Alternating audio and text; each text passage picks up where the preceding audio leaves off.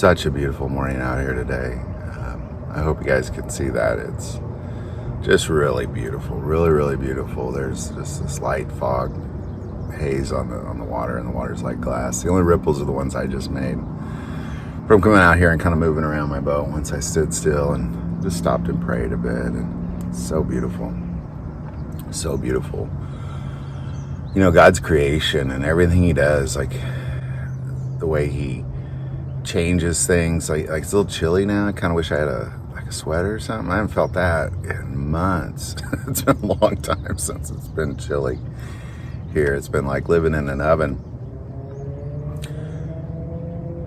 And God, as we are part of that creation, God has expectations of us. You know, and especially if you call yourself His, like especially if you call yourself a Christian, He has expectations of you, and that's to, you know, I'll just put it this way. The way I look at God is just how I visualize it when I'm coming to Him, where times when I pray, I just simply come to Him in prayer. But there's times where I almost envision walking into His throne room and kneeling before Him as a soldier to a king, and that I'm reminded that that's actually my Father. Like, I'm not only a soldier in His army, but I'm also His son, and you're His son or daughter. And there's things He wants of you. There's expectations He has. And with all of humanity, you know, from the first human Adam and to now, all of us, it's been the same thing. He's wanted the exact same thing from everybody. Most reject Him. Most that accept Him reject what He wants them to do. So ultimately what you have is you have all of humanity with the exception of a few either rejecting Him or as a whole, or rejecting His desires. Either way, that's really what this story is about when it comes to the parable of the talents, because He gives all of His servants. The master goes away, and that's what we're dealing with. Jesus went away, and we've been put in charge. We've been made the stewards of the Christian faith until He returns. And what we do with that is going to really determine how we spend eternity with Him.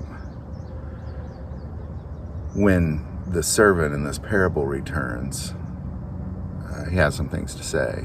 Or I'm sorry, when the master of this parable returns, he has some things to say to the servants. And when Jesus returns, He's going to have some. It's the same thing. That's what, so people understand. The kingdom of heaven is like this. This is what He's saying it is going to be like. And those of you who have done well, He's going to say, "Well done, good and faithful servants. You've been faithful over a few things. I will make you ruler over many things. Enter into the joy of the Lord." And that takes place now, ladies and gentlemen. It like we can enter into the joy of the Lord now. We can be faithful in a few things now. We can be put in charge of many things now. Like, all this stuff takes place, but it's at His return. You don't want to hear those words when He returns. All these things can take place now, but it's actually what will He say to you when He returns, because what you don't want Him to say is, "You wicked and lazy servant, you knew that I reap where I have not sown and gather where I have not scattered seed. Therefore you ought to have deposited my money with the bankers, and at my coming I would have received back my own with interest. Therefore take what you have and give it to the others." I mean, He takes what, if everybody has what they need to fulfill their mission, to advance the kingdom of heaven on earth.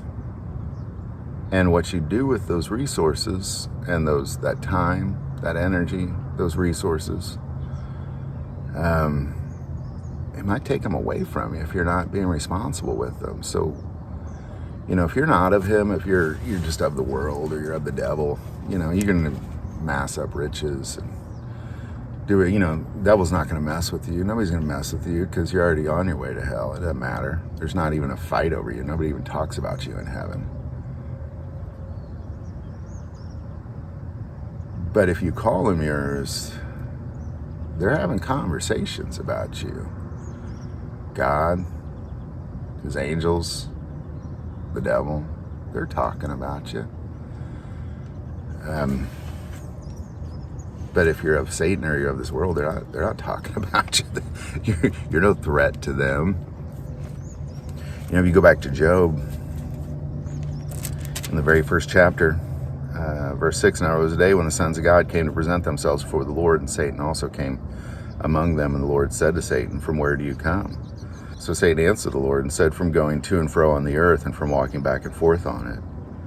Then the Lord said to Satan, have you considered my servant Job, that there is none like him on the earth, a blameless and upright man, one who fears God and shuns evil? So Satan answered the Lord and said, does Job fear God for nothing? Have you not made a hedge around him, around his household, around all that he has on every side? You have blessed the work of his hand, and his possessions have increased in the land. But now stretch out your hand and touch all that he has, and he will surely curse you to your face. This is a conversation. It's like a debate. It's a conversation that they're having about Job. And you don't think these conversations take place about other people? I mean, time is irrelevant to God. There is no time. There's no, ticks on a clock or anything like that. He can sit there and talk about all of humanity in a millisecond, very intimately, one by one.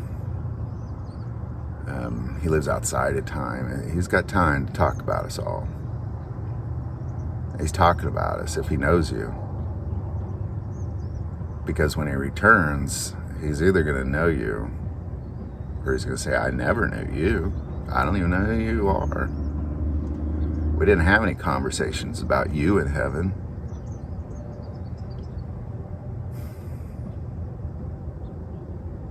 And it's not because he didn't love you. It's because you didn't love him. It's because you didn't care about his business. You didn't care about the things, you didn't care about the advancement of his kingdom. When a king is trying to advance his kingdom, he expects the entire kingdom to rally behind him. Just let that sit for a bit.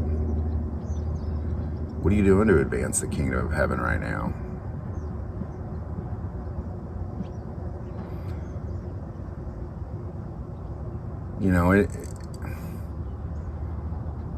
My sister's in town. She was visiting last night. Got my first grandchild being born in September. I'm very excited to be a grandfather for the first time. My sister came in town for a shower this weekend, a baby shower. Not to take a shower, but to join us in a baby shower. And she was talking last night. She'd been to India recently, and she was talking about how there was so much poverty there, that there was so much she wanted to do. And she went to an orphanage. They stumbled across an orphanage, and all these kids came running out begging for money. And this one girl had conjunctivitis, like I think pink eye is what it is, but her eyes were all just like shut. She's losing her eyes. She was going to lose her eyes. All she needed was a very, very simple medication. But instead, she's going to lose her eyes. And she was like 12, is what she said. And then there was another little boy who was like 9, who was next to her, and he came running out too. And the little girl, the blind little girl, who had nothing, she had no parents, she had no home, she didn't have eyesight, said to my sister, if you're going to give to him. Because she felt something for that little 9-year-old. And I kind of, as I heard that story, I just, she said it much better. I apologize. I'm just repeating a story I heard secondhand. And what I realized is that there's this sacrificial desire that people have in here for the least of these. For some people, it's very natural. very natural. And I'd like to believe that it's natural for all of humanity. But then something changes. As we grow, I mean, it changes probably when we're 2, 3, we start to expect, well, I want what I want. That's mine. No. We start to say things like that. And then the world encourages that because we get what we want. We're Americans. We get whatever we want. Cry enough, you'll get what you want. Scream enough, you'll get what you want. And people just want what they want, and they get what they want when they scream and fuss and cry about it. And we become this thing, this gross, disgusting, I don't even know what it is, just greedy and of the world. This world owes me. This is my food. I'm not feeding people with this. This is mine. How am I supposed to eat when I feed other people? This is my money. I work hard for it. Go get your own money. This is my shelter. Or you can't stay here and be warm. And it's all bred out of your upbringing. You've been taught to be that way. The world has taught you. Satan has taught you. Satan and his angels have taught you how to be that way. They tell you to be that way. They whisper it in your ear. But the Holy Spirit would tell you something different. This little girl in India, she didn't have the world. There was no world in her. She didn't have anything. So she was willing to give everything. People that have everything, they're not willing to give anything. This is mine. Nothing's yours. Let's start there. It all belongs to him. All of it.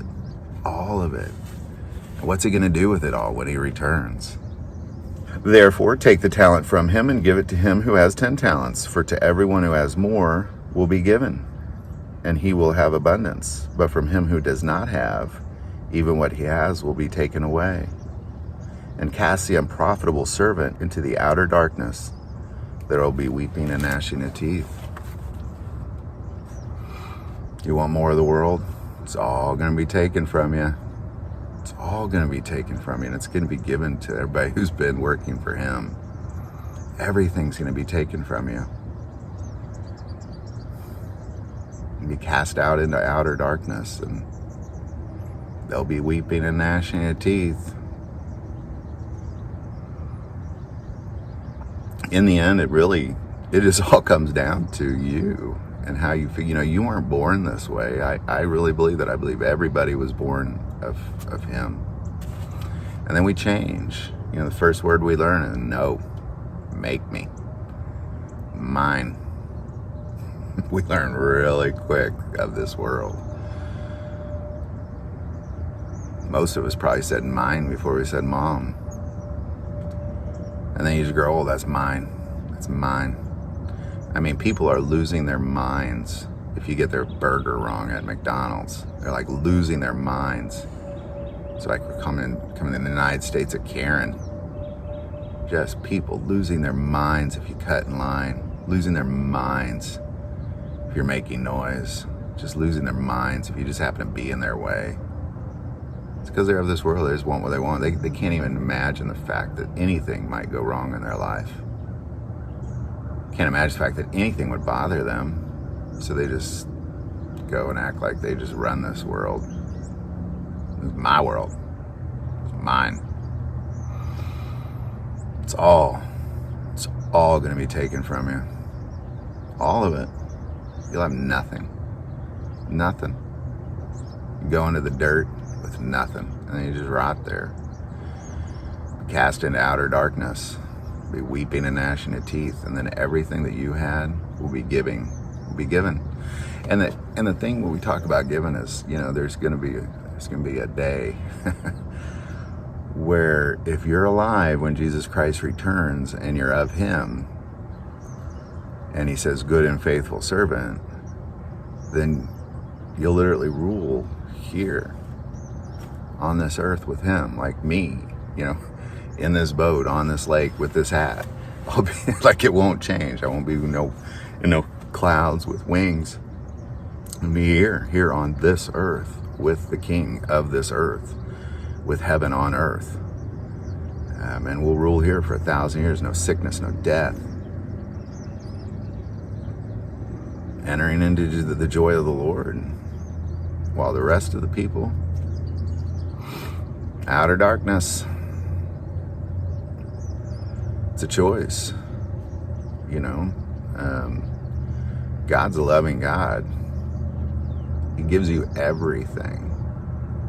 And when he gives you everything and you take it and you say, mine, this is mine, this is my money, this is my food, these are my resources, it's just all going to be taken from you. Don't get used to it. Enjoy it while it lasts. This is almost over. Chances are you're not even going to live to be old or see your last days, because it's coming quickly. It is coming quickly. People who were born in 1948 will still be alive when Jesus returns. That's how quickly he's coming.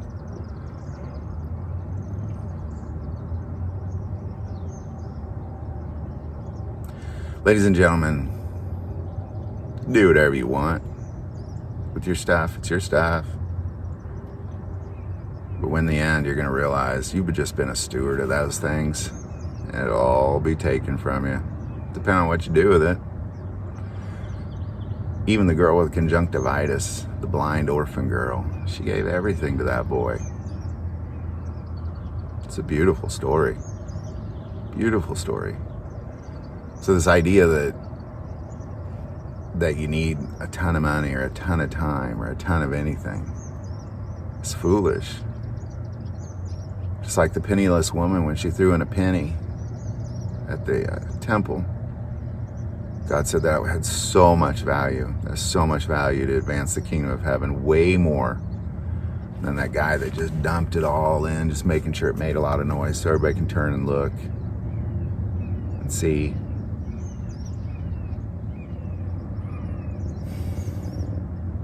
At some point, you made a decision in your life to live for the world or live for him. And you made that decision. Maybe you're living for the world, and maybe you're mad. You're probably mad. Chances are, if you're living for the world, you're probably pissed off right now. You're probably mad. Didn't have more. All those hungry people walking around, homeless people in my neighborhood. How dare them, disgusting people. All they want is alcohol. Those stupid homeless vagrants walking around acting like you're entitled, going to church and being like, somebody's sitting in my seat. I hate this church.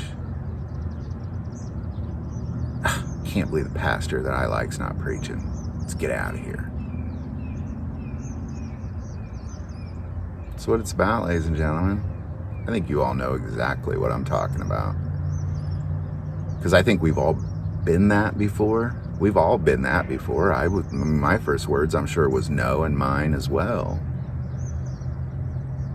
But there's a moment when you really accept Jesus Christ in your heart and you call him Lord. And if that is real, he promises, even though he's gone, his helper is here. He's here. He's right here. He's in this boat. He's in the midst of the water. He's in the clouds. He's in me.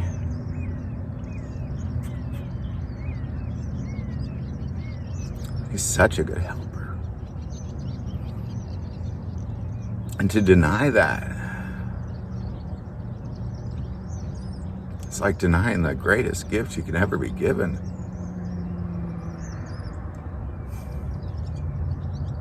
Denying God and the Holy Spirit for a bunch of coins,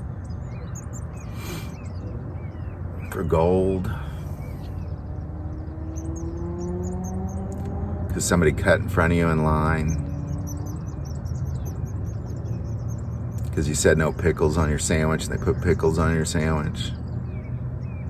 People are gross in this world, the way they just so entitled. Never seen an entitled population like the United States before. Just a bunch of entitled,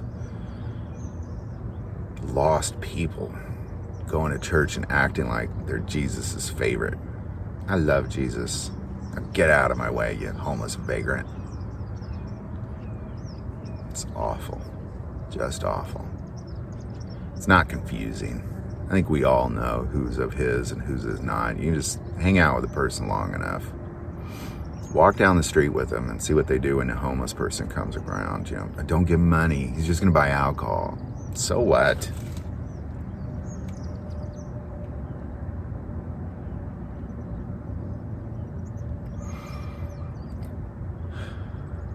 Do what the Spirit tells you to do, and you can't go wrong.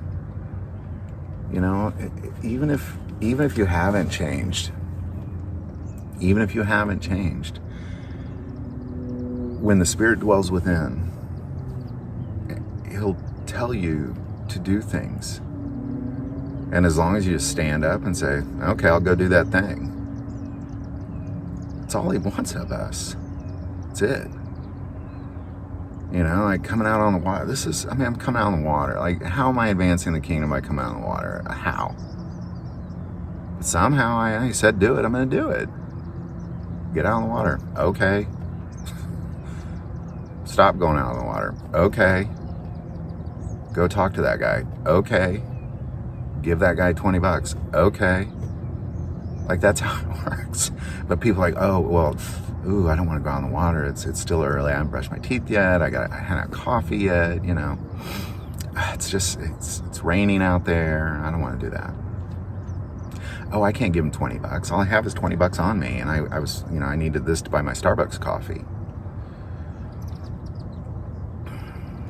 He just wants some people to call him Lord. And when He says, here's some resources, do well with it, I'll be back. He just expects you to do well with it. That way, when He returns, He says, good and faithful servant. I put you in charge of little, and I'm going to put you in charge of a lot. Good and faithful servant. And all because you just said, okay, I'll do that. Here am I, send me. Hope these videos are helping, ladies and gentlemen. I'm going to recommend that you take a moment and just pray. Pray about what it is that the Spirit is telling you to do. And just stand up and go do it. It's not that complicated. If you like this video, click like and subscribe. If you feel called to support this channel, the Patreon, that link is below. The most important part of this channel is we take prayer requests. So please don't ever hesitate to send that in. Thank you for watching this episode of God, Family, and Guns. And as always, love God, love your family, and love guns.